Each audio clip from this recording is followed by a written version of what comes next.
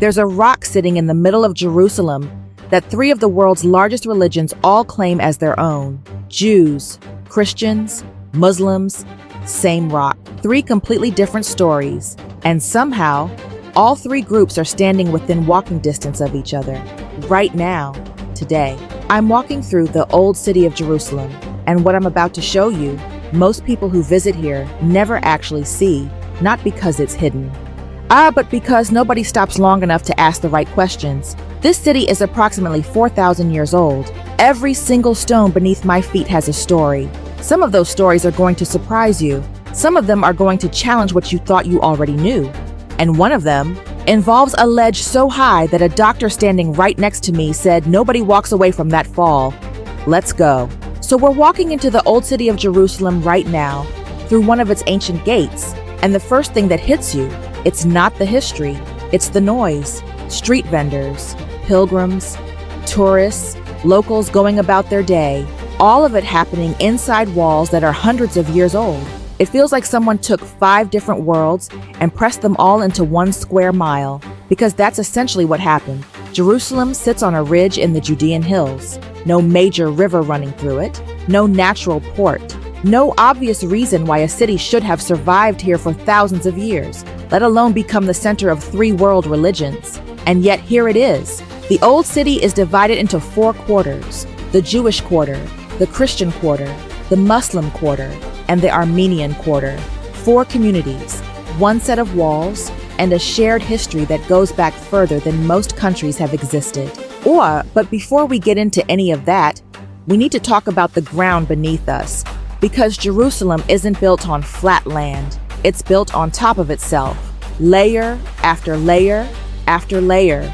Archaeologists have found evidence of settlement here, going back roughly 5,000 years. Every time one civilization fell, the next one built on top of the ruins. Which means right now, as you're walking through a stone alleyway buying a bottle of water, there are layers of ancient history literally beneath your feet. That's not a metaphor, that's geology.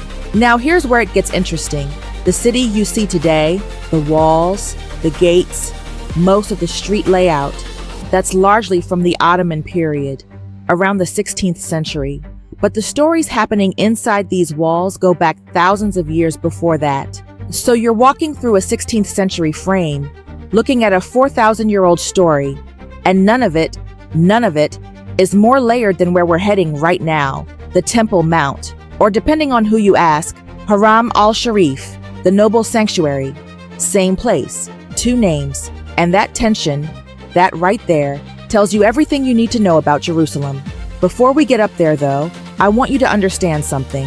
Because most people walk onto the Temple Mount and they see a beautiful golden dome and they take a photo and they move on and they miss almost everything.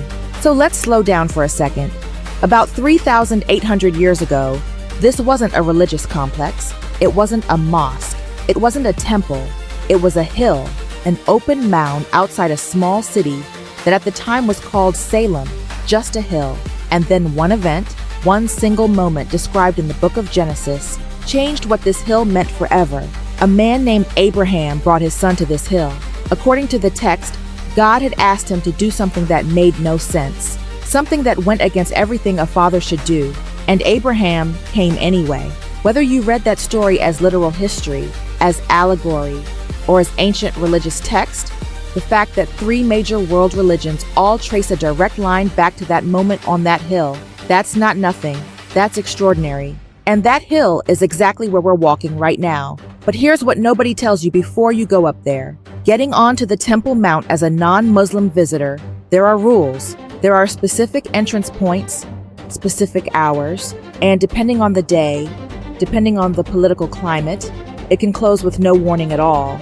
We got in today, and what's up there, I'll be honest, I wasn't fully prepared for it. We're on the Temple Mount now, and the first thing I need you to understand is the scale of this place. It's massive. It's an open, elevated platform, roughly the size of about 30 American football fields, and right in the middle of it, sitting under that golden dome, is a rock. We're going to get to that rock, but first, let's talk about what happened here, because nothing up here makes sense without the history. So we're going back, way back, about 3,000 years ago, when King David conquered the city of Jerusalem from a people called the Jebusites. And when he took the city, he bought a piece of land on this hill, a threshing floor, basically an open, flat area where farmers separated grain from husks. Simple, unremarkable. But David had a plan for it. He wanted to build a temple here, a permanent house of God. And according to the Hebrew scriptures, God told him no, not because the idea was wrong, but because David was a man of war. He had blood on his hands. And so the task passed to his son, Solomon. Solomon built the first temple on this site, and for centuries it stood here as the center of Jewish religious life. The Ark of the Covenant, the physical symbol of God's presence, was kept inside in the innermost room called the Holy of Holies. And then in 586 BCE, the Babylonians came. They destroyed it completely. The Jewish people were taken into exile in Babylon, and for 70 years, this hill sat empty. But here's something worth knowing.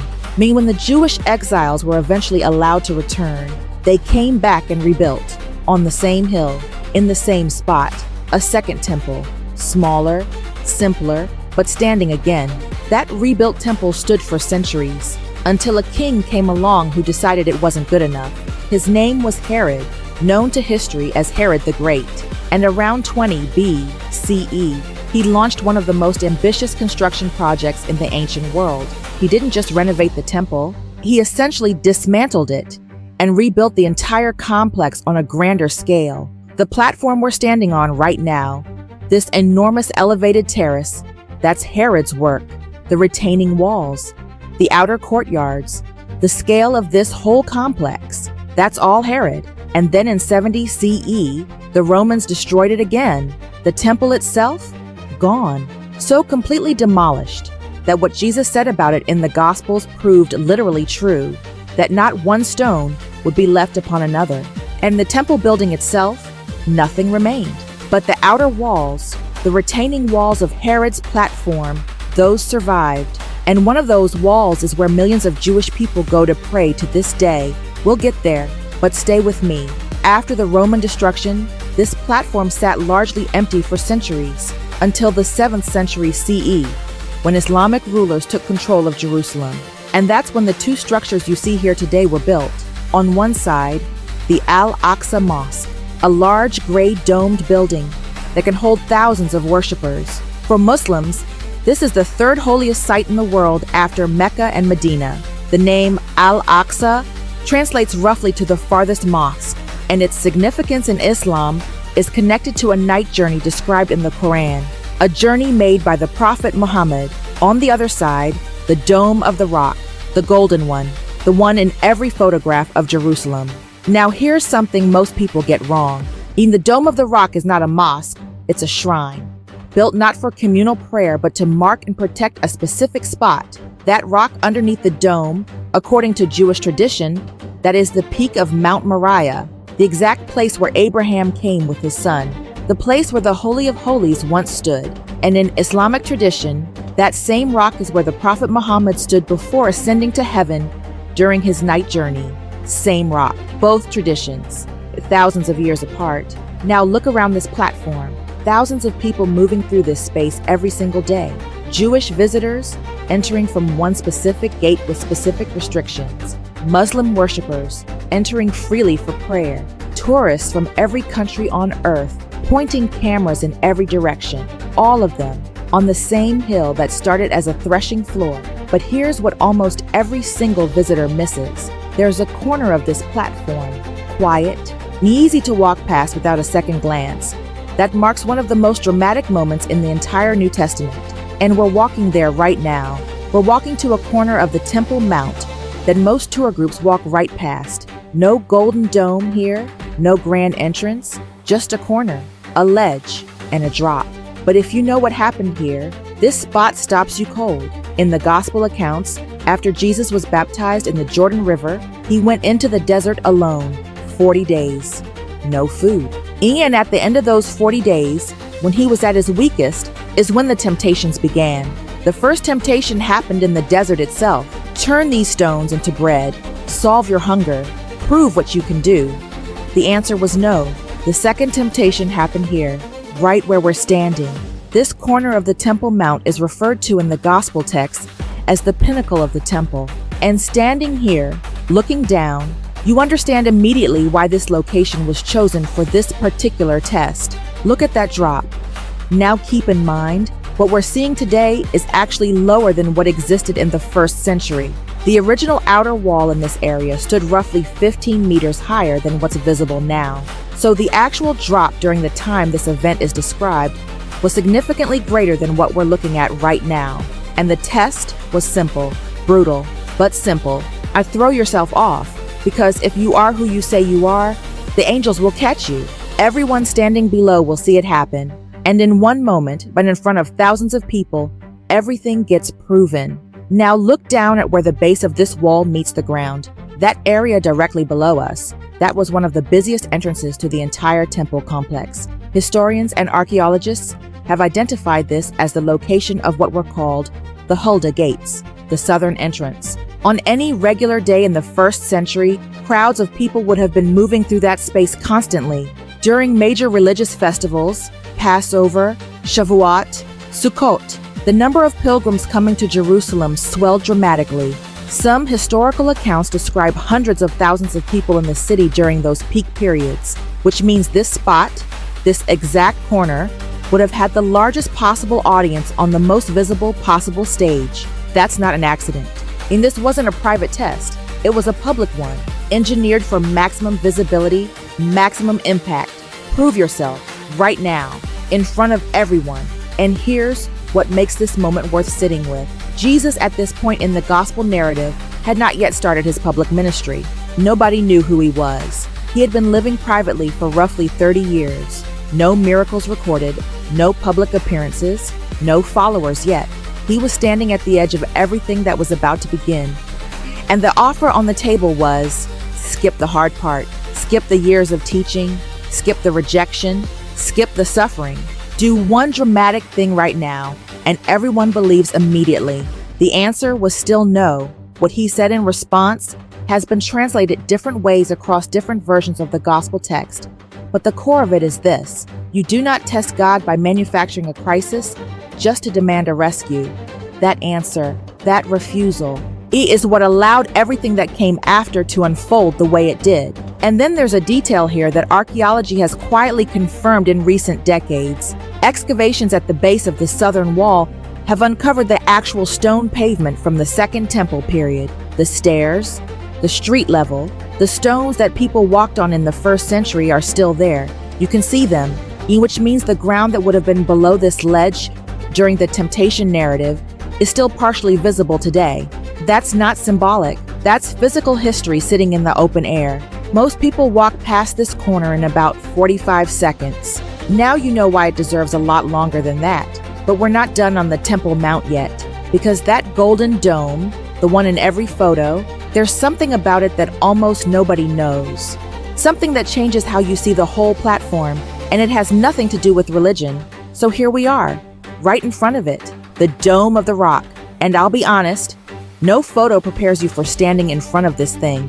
The scale of it, the detail on the tiles, and that dome, catching the light in a way that makes it look almost unreal. But here's the first thing worth knowing. That gold is real. The dome is covered in more than 80 kilograms of gold. It was donated by the late King Hussein of Jordan in the 1990s and used to replace the original dome, covering which had deteriorated over time. What you're looking at right now is genuine gold leaf applied over the structure, which explains why it does what it does to the Jerusalem skyline. But here's what most people standing right here don't know. The Dome of the Rock is not at the center of the Temple Mount. If you took this entire platform, all 37 acres of it, and drew a straight line from north to south and another from east to west, the point where those lines cross is not underneath that golden dome. It's over there, that small gray dome sitting quietly to the side. In Arabic, it's called Qubbat al-Arwa. In Hebrew, it's referred to as Kippat Hashalshalet, translated, the Dome of the Chain. That unremarkable structure nobody photographs, that's the actual geometric center of the Temple Mount, which tells you something important. The Dome of the Rock was never meant to mark the center of the platform. It was built to mark something specific, something underneath it. That rock. Now we can't go inside today. Non-Muslim access to the interior is restricted and has been for some time.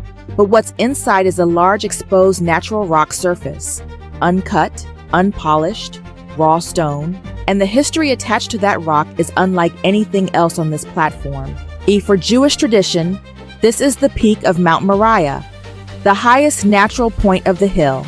According to the Torah, this is where Abraham came with his son Isaac, and according to rabbinic tradition, this is where the Holy of Holies stood, the innermost chamber of both the first and second temple, the place where the Ark of the Covenant was kept, the place described as the dwelling point of God's presence on earth, that same uncut rock.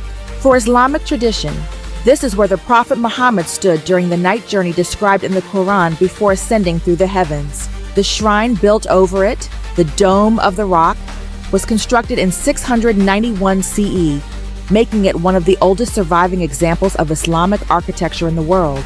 To put that in perspective, it was built over 1,300 years ago, and it's still standing. In near original form, that's extraordinary by any measure. Now here's a detail that gets overlooked entirely.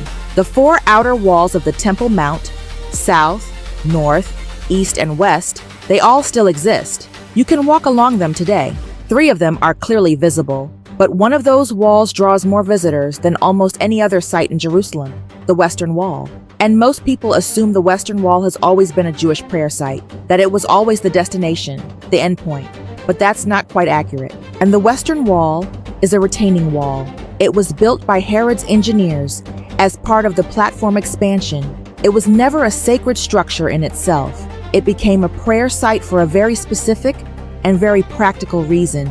For centuries after the Roman destruction of the temple, Jewish prayer and access to the Temple Mount itself was either severely restricted or outright prohibited, depending on who controlled Jerusalem at the time. And the Western Wall was the closest accessible point to where the temple had stood, the closest you could physically get to the Holy of Holies without being on the platform itself. Proximity, that's what made it sacred, and that proximity still draws millions of people every single year. We're heading there next, and there's something that happens at that wall, something in the atmosphere of the place, that I haven't been able to fully explain since I first stood there. But before we leave this platform, look back at that dome one more time. Because somewhere underneath it, under centuries of construction, under 1,300-year-old tile work, under that gold, is a piece of uncut stone that has sat on this hill since before any of these buildings existed, before the mosque, before the temple, before the city itself, just a rock on a hill. And the world has been fighting over it ever since. We're coming down from the Temple Mount now, and the shift is immediate. Be up there, open sky, wide platform, a kind of strange stillness despite all the people. Down here, narrow stone alleyways, the smell of spices from a market around the corner, voices in 6 different languages bouncing off walls that have been standing for centuries.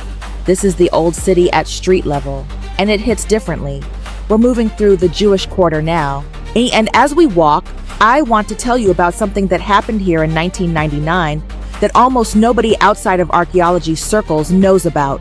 During construction work on the Temple Mount, approximately 400 truckloads of soil were removed from the site and dumped in the Kidron Valley.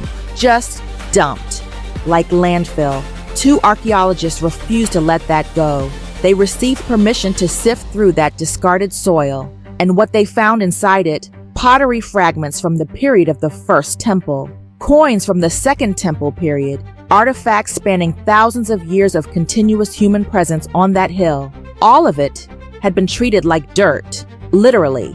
That project, known as the Temple Mount Sifting Project, has now recovered over 500,000 artifacts. It's still ongoing, and every single piece came from soil that was almost lost forever. That detail matters, because it tells you something about Jerusalem that goes beyond religion or politics. This city keeps producing history faster than anyone can process it. Now we're approaching the Western Wall Plaza, and the first thing you notice, before you even reach the wall itself, is the quiet, not silence. There are people everywhere, but there's a quality to the sound here that's different from the streets we just walked through. Lower, more internal. Like everyone arriving here instinctively brings their volume down. The plaza opens up and then there it is, the Western Wall. It's bigger than most people expect. The exposed section visible above ground stands around 20 meters high, but that's only part of it. Archaeological excavations have revealed that the wall continues underground. The full height of the original structure from its ancient foundation to the top is closer to 60 meters. Most of it is buried beneath centuries of accumulated city. What you're looking at above ground is roughly the top third. Now look at the stones themselves. The lower courses, the oldest ones, are enormous. Some of those individual limestone blocks weigh hundreds of tons. Moving and placing stones that size with first-century technology required an engineering capability that still gets attention from researchers today. The largest known stone in the Western Wall weighs an estimated 570 tons. One stone, 570 tons, and it's been sitting in that wall for roughly 2,000 years. The wall is divided into two sections. The larger left section is for men. The smaller right section is for women. This follows Orthodox Jewish practice, which maintains separation between men and women during prayer. If you're visiting as a man, there are small paper head coverings available at the entrance. Covering your head is required before approaching. And when you walk away from the wall, watch the people leaving. Most of them don't turn their backs to it. They step back, slowly, facing the wall the whole time, until they've created enough distance to turn around. It's not a rule. There's no sign telling anyone to do this. It's a tradition that developed organically over generations. The idea being, if you've just spent time in prayer at the closest accessible point to where God's presence was said to dwell, you don't simply turn your back and walk away. You leave the way you'd leave any significant presence. Carefully, with intention. You'll also notice the gaps between the stones, packed with small folded pieces of paper, millions of them, notes, prayers, requests, names of people who are sick, names of people who have died. Private words pressed into ancient stone by people from every country on earth. Nobody reads them. They accumulate until the wall is cleared, which happens periodically, and the collected notes are buried on the Mount of Olives. Even the discarded prayers are treated with reverence. Standing here, regardless of what you believe or don't believe, there's a weight to this place that's hard to dismiss. 40 generations of people have stood in front of this wall with something they needed to say, and the wall is still here. But there's one more thing in this old city that most visitors never find, tucked inside the Jewish quarter, easy to miss. And it holds something that no museum in the world holds anywhere else. We're going there next. So we're in the Jewish quarter now. And if the Western Wall was about looking back, what's in this quarter is about something else entirely. Something that hasn't happened yet.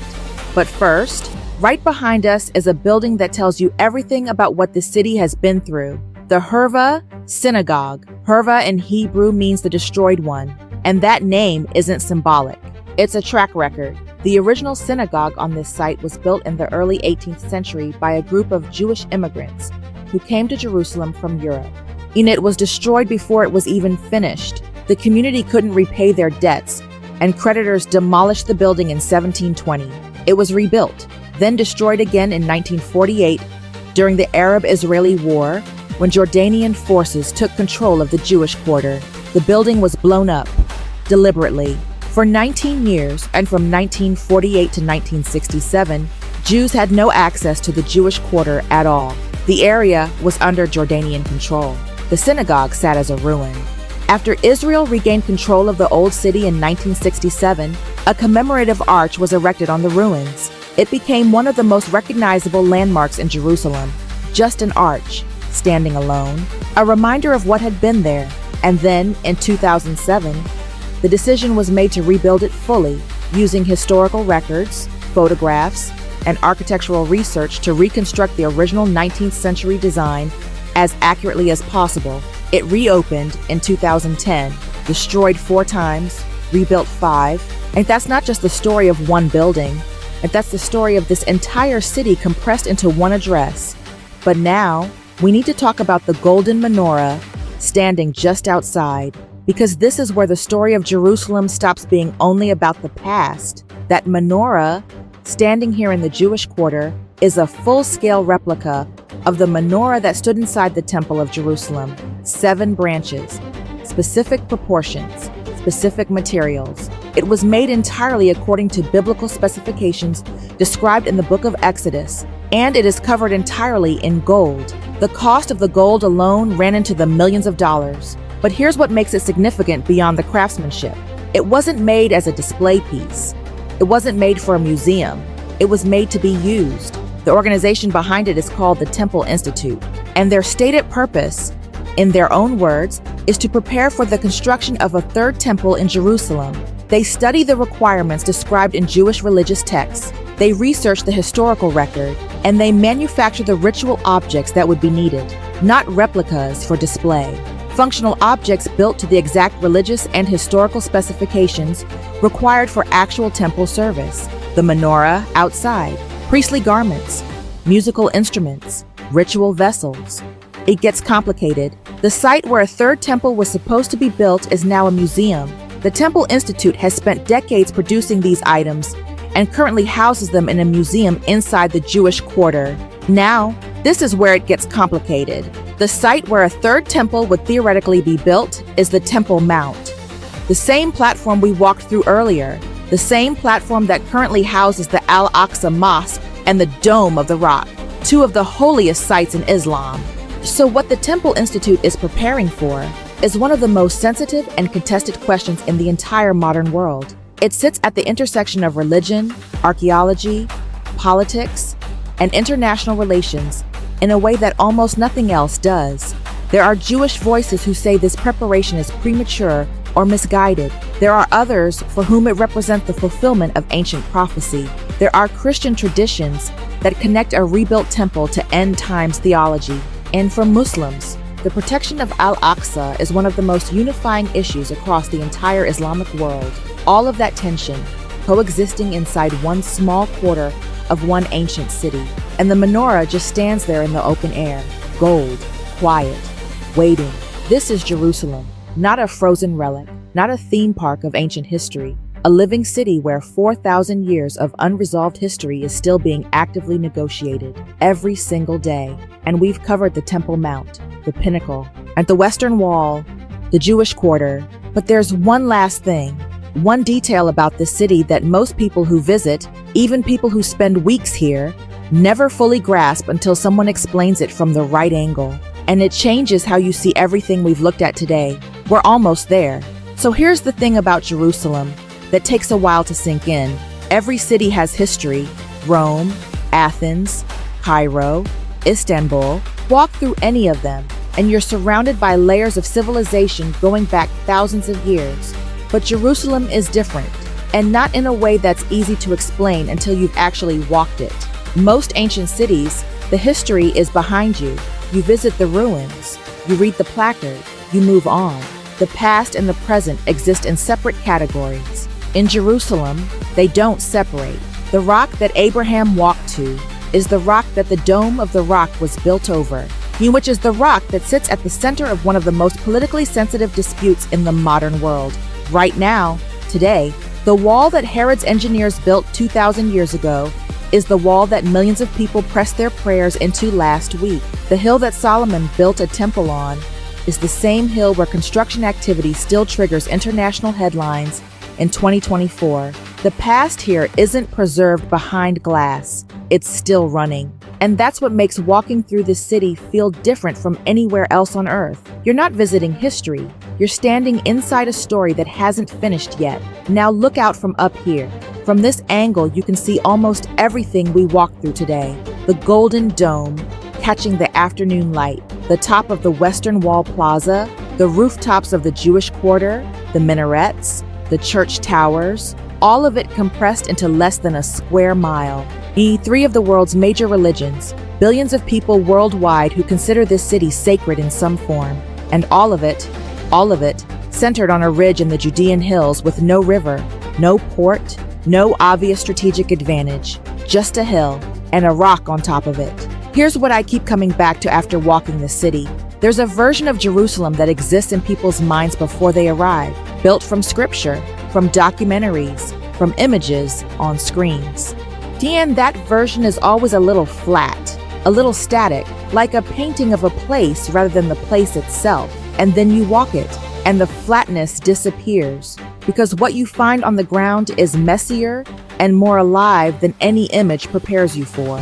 Street vendors next to ancient gates, construction equipment parked beside Byzantine stonework, a group of pilgrims singing in one alley, while a local family hangs laundry 2 doors down. Life happening inside history, constantly. And underneath all of it, that soil, that same soil that 400 truckloads of it were nearly lost forever in 1999. The soil that 2 archaeologists refused to let disappear.